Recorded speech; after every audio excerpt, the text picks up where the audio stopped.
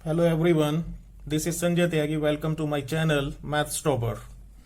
आज की वीडियो में हम real number NCERT chapter 1 exercise 1.2 का क्वेश्चन नंबर सेकंड का फर्स्ट पार्ट पढ़ेंगे।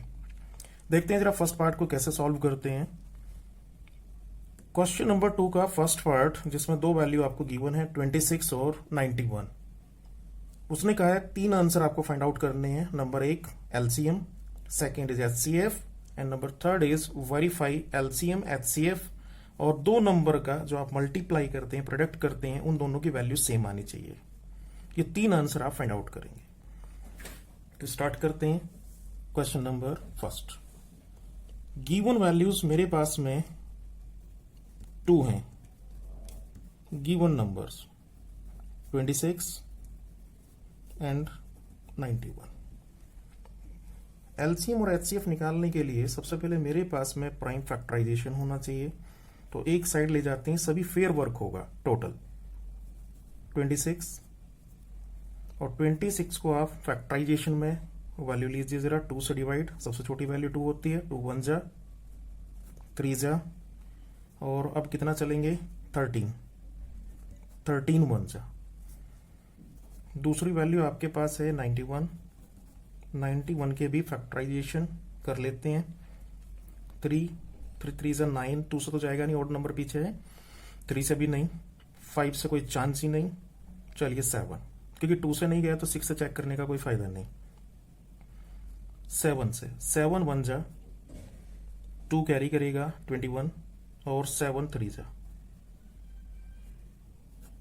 और 13 1 जा 13। प्राइम फैक्टराइजेशन दोनों के आ चुके। तो प्राइम फैक्टर लिख लेते हैं इसके। प्राइम फैक्टर सबसे फर्स्ट 26 का 2 इंटू 13, एंड दूसरा मेरे पास है 91 के फैक्टर हैं 7 और 13। ऐसा करते हैं, जब फैक्टर हम देखते हैं कि इनमें कॉमन कौन से हैं, ज्यादा बेस्ट यही मेथड होता है। आपको जल्दी से जल्दी समझ में आएगा कि जो कॉमन आ रहा है उसे कॉमन के नीचे रख दीजिए। 13 देखिए, 13 इसके फैक्टर में और 13 91 के फैक्टर में भी है। लेकिन इसमें 2 है, इसमें 2 नहीं है, कोई दिक्कत नहीं है। इसमें 7 आया है तो आप 7 को ले जाकर पीछे रख दीजिए। भाई 7 और 13 की मल्टीप्लाई करेंगे तब भी तो 19 नहीं आएगा, और 7 को पहले मैं लिखता तब भी तो 19 नहीं आता। अच्छा, मैं 7 को यहां भी लिख दूंगा तो कोई प्रॉब्लम नहीं है। बस मैं आपको इजीएस्ट थोड़ा सा समझाना चाह रहा हूं कि एचसीएफ और फाइंड मेरा एलसीएम जो निकलेगा वो इजी क्यों होगा। मुझे फाइंड आउट करना है फर्स्ट एलसीएम के अंदर जितने भी टोटल आपके फैक्टर्स होते हैं, जो कॉमन है वो एक बार आएगा, और जो कॉमन नहीं है वह भी आएगा। और 7 को भी लिख लीजिए। देखिए, जो कॉमन है 2 बार है, इसमें भी है, लेकिन वो एक बार लिखना है। 2 इसमें 26 का फैक्टर है लेकिन 91 का नहीं है, एक ही बार लिखना है। 7 91 का फैक्टर है लेकिन 26 का नहीं है, एक ही बार लिखना है। और ये वैल्यू आपके पास टोटल एलसीएम आती है। अब इस वैल्यू को मैं लिखता हूं, ये मल्टीप्लाई होने के बाद ये वैल्यू आपके पास कितनी आ जाती है 182। दूसरा हमने इसमें निकालना था एचसीएफ निकालने के लिए, एंड एचसीएफ। और एचसीएफ में सिर्फ आप वह वैल्यू लेते हैं जो दोनों में कॉमन होती है। ये देखिए, हाईएस्ट कॉमन फैक्टर दोनों का 13 है, तो आप केवल 13 वैल्यू लेंगे।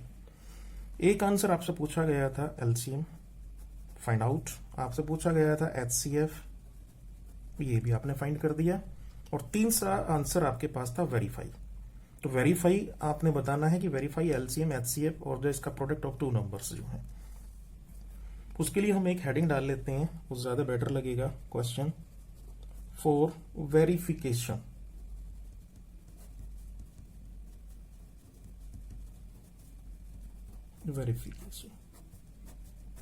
किसका वेरिफिकेशन? सबसे पहले इस पार्ट को लेते हैं, टेकिंग एलएचएस लेते हैं इसका एलसीएम इंटू एचसीएफ वैल्यू रखें जरा एलसीएम की 182 और एचसीएफ आपके पास है 13।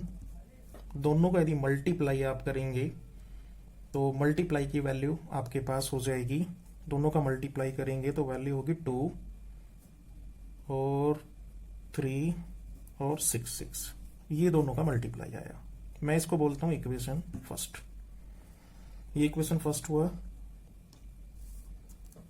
फर्स्ट के लिए अब मुझे चलना है एंड करते हुए दूसरा। मेरे पास दूसरा ऑप्शन भी है क्योंकि दोनों इक्वल शो मुझे करने हैं। Product of two numbers, product of two numbers. दो नंबर कौन से थे? एक 26 था और दूसरा 91। 26 और 91 यदि इसका मल्टीप्लाई करें आप तो क्या वैल्यू आपके पास आ जाएगी? मल्टीप्लाई कर लीजिएगा 26 और 91 का, तो दोनों को मल्टीप्लाई करते हैं रफली, तो आपके पास वैल्यू आती है 2366। देखिए जरा, ये इसने वेरिफिकेशन के लिए बोला था कि आप इसको वेरीफाई कर दीजिए, और वेरीफाई यदि करते हैं तो एलसीएम और एचसीएफ का दोनों का मल्टीप्लाई, ये वैल्यू आया 2366। और फिर दूसरा उसके पास था दो नंबर का मल्टीप्लाई, दोनों वैल्यू सेम है। तो फ्रॉम इक्वेशन 1 एंड 2 यदि हम बात करें फ्रॉम इक्वेशन 1 एंड 2, तो 1 और 2 पर 1 एंड इक्वेशन 2 लिखिए जरा इसको। HCF LCM into HCF is equal to product of two numbers. आप ये देखिए वेरीफाई कर गया है, ये वैल्यू वेरीफाई है, हेंस वेरीफाइड। आप लिख सकते हैं हेंस वेरीफाइड। सेकंड क्वेश्चन देखते हैं इसका। सेकंड क्वेश्चन में सेम 510 एक वैल्यू, दूसरी मेरे पास में 92 वैल्यू गिवन है, जो मेरा सेकंड पार्ट है सेकंड क्वेश्चन का। फिर उसने वही तीन आंसर मेरे से पूछे, एलसीएम फाइंड आउट करिए, एचसीएफ फाइंड आउट करिए और इसको वेरीफाई करिए। तो इसे फाइंड आउट करने के लिए कुछ इस तरीके से हम फाइंड करेंगे। देखिए जरा, सेकंड क्वेश्चन है आपका, ये आपके पास वैल्यू थी 510 और 92 गिवन, 510 एंड 92 करेक्ट वैल्यू। सबसे पहले अब इसके प्राइम फैक्टराइजेशन मैंने निकाले। 2 2 4, 1 कैरी करेंगे इधर, और जो 1 कैरी करेंगे तो 11, 2 5 10, 1 कैरी करेगा, फिर 2 5 10, 2 के बाद 3 इतने टाइम्स, फिर 5, फिर 70। प्राइम फैक्टराइजेशन ऑफ 510 का मिला। नेक्स्ट 92 का 46 2 से, फिर इसके बाद आपका 23 और 23 बन जा 23। दोनों की प्राइम फैक्टर्स आपने निकाल लिए। 510 को आपने लिखा 2 इंटू 3 5 इंटू 17, ये इसके फैक्टर्स हैं। 92 के बी फैक्टर आपके पास हैं, ये 2 इंटू 2 23, 2 इंटू 2 एंड 23। मैंने पहले वाले एग्जाम्पल में आपको बताया था कि जो कॉमन है, जो दोनों में फैक्टर हों, उन्हें एक दूसरे के नीचे लिख लें, इससे एचसीएफ और एलसीएम निकालने में थोड़ा आसानी रहती है। तो एलसीएम की वैल्यू मेरे पास क्या होगी कि 2 दोनों में है, तो 2 को भी आप लिखेंगे। 3 इसका फैक्टर है 510 का, लेकिन 3 फैक्टर यहां 92 का नहीं है, लेकिन फिर भी आप 1 टाइम्स लिखेंगे। इसको भी आप मतलब एक बार लिखना है, 17 को एक बार लिखना है, फिर आपने 2 को 23 को। ये टोटल एलसीएम होता है, जितना भी टोटल प्राइम फैक्टर्स होते हैं उनको आप लिखते हैं। तो ये वैल्यू आपके पास आ जाएगी मल्टीप्लाई करके 23460। ऐसे ही आप एचसीएफ फाइंड आउट करते हैं। नेक्स्ट में एचसीएफ। अब एचसीएफ में आप देखिए कॉमन आपके पास क्या है, सिर्फ कॉमन आपके पास में 2 है, तो ये वैल्यू इसका एचसीएफ है। आप दो आंसर आपके पास आए, एलसीएम और एचसीएफ। उसके बाद उसने थर्ड आंसर पूछा था, वेरीफाई करना है आपको। तो वेरीफाई करने के लिए फॉर्मूला था जो उसने दिया था, LCM into HCF. LCM into HCF is equal to, मेरे पास जो वैल्यू थी, इन दोनों वैल्यूज को मुझे वेरीफाई करना था कि दोनों की वैल्यू सेम आएगी। ठीक है, प्रोडक्ट ऑफ टू नंबर्स। तो मैंने वैल्यू रखी एलसीएम की, ये एलसीएम, ये एचसीएफ की वैल्यू, दोनों का मल्टीप्लाई, ये वैल्यू। इक्वेशन फर्स्ट मैंने बोल दिया। ऐसे ही मैंने कहा product of the two numbers, 2 number का प्रोडक्ट है, तो 2 नंबर कौन से थे आपके पास? 510 और 92। तो 510 इंटू 92 का मल्टीप्लाई करेंगे आप, तो आपके पास वैल्यू हो जाएगी 46920। इक्वेशन की 1 की वैल्यू और 2 की वैल्यू सेम है, आपने वेरीफाई कर दिया। तो फ्रॉम इक्वेशन 1 एंड 2 जब आप फ्रॉम इक्वेशन 1 और 2 की बात करेंगे तो आंसर बिल्कुल सेम वैल्यू पर है, तो LCM into HCF is equal to product of two numbers, hence verified. ये आपका सेकेंड पार्ट था।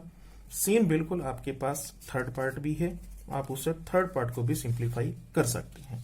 थर्ड पार्ट क्या है आपके पास, ये थर्ड पार्ट है आपका, जिसमें वही तीन आंसर आपसे फिर कहे हैं, एलसीएम और एचसीएफ निकालिए। टू का थर्ड पार्ट 336 और 54, ये दो वैल्यूज हैं और थर्ड आंसर आपको फिर वेरीफाई करना है। तो थर्ड आंसर को वेरीफाई करते हैं और उसके वैल्यू निकालते हैं।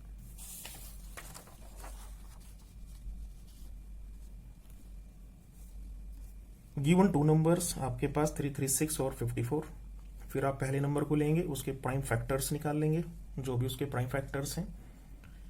देखिए 2 वन 2, 1 कैरी करेगा 13, तो यहाँ पे 6 जा चलेगा 12, 1 कैरी करेगा 16, 2 8 जा 16, राइट।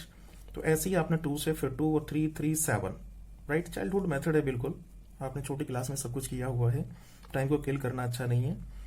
2 2 जा 4, 1 कैरी करेंगे 14, 2 7 जा 14, ऐसे ही आप प्राइम फैक्टराइजेशन लेके आए। आपने प्राइम फैक्टर तो आपने फर्स्ट नंबर का, सेकंड नंबर का, दोनों का लिखा, जैसे मैंने पहली वीडियो में बताया है। जो कॉमन है उन कॉमन नंबर्स को उनके नीचे लिख दो, जो कॉमन नहीं है उन्हें अलग कर दो। इससे फायदा क्या होता है सिर्फ एलसीएम लेने में और एचसीएफ लेने में। एलसीएम में सारे आएंगे, जो दोनों में है वो भी वन टाइम लिखेंगे, जो नहीं है उसको भी वन टाइम लिखेंगे। ये देखिए सारे आ चुके हैं 3 3 7। और आप जब इसका एचसीएफ निकालते हैं तो एचसीएफ में इन सबकी मल्टीप्लाई कर लें, सॉरी, और ये वैल्यू आपके पास आएगी। अब एचसीएफ में 2 और 3 की मल्टीप्लाई क्यों हमने करी, क्योंकि आप देखिए जरा, कॉमन एलिमेंट हमारे पास कॉमन दो वैल्यूज हैं, वो 2 और 3 है। तो 2 और 3 की मल्टीप्लाई हमने कर ली, एचसीएफ है, एचसीएफ कॉमन होता है आपके पास, जो दोनों में कॉमन है। तो 2 3 से 6, ये आपने दो वैल्यू, दो आंसर निकाल दिए, नंबर फर्स्ट आंसर और नंबर सेकेंड आंसर। अब थर्ड के लिए बात करेंगे। थर्ड के लिए बात करते हैं फॉर वेरिफिकेशन। हम वेरिफिकेशन की बात करते हैं कि वेरीफाई करना है हमें अपने क्वेश्चन को। तो वेरीफाई करने के लिए एलसीएम इंटू एचसीएफ दोनों का मल्टीप्लाई करो। ये वैल्यू देखिए आप 3024, ये एलसीएम की वैल्यू है, यहाँ आपने कॉपी करी, यहाँ रख दी, और ये एचसीएफ को कॉपी करा और यहाँ पेस्ट कर दिया, करेक्ट। अब इन दोनों का यदि मैं मल्टीप्लाई करता हूं तो मेरे पास में ये वैल्यू कंप्लीट आती है मल्टीप्लाई होने के बाद, 18144। इक्वेशन फर्स्ट मैंने इसको बोल दिया। अब प्रोडक्ट ऑफ टू नंबर्स, ये आपका आरएचएस था, आरएचएस। तो आरएचएस में आपके पास दो वैल्यू हैं, कौन कौन सी वैल्यूज हैं? एक फर्स्ट वैल्यू ये और सेकंड वैल्यू 54 सेकंड है, फर्स्ट आपका 336 है, 336। आप दोनों का मल्टीप्लाई करो, सेम वैल्यू, दोनों का मल्टीप्लाई करने के बाद दोनों सेम वैल्यू दे रही है। तो from equation 1 and 2 same value है, वेरीफाई हो गया। हमने लिखा LCM into HCF is equal to product of two number, hence verified. ये आपका थर्ड पार्ट था।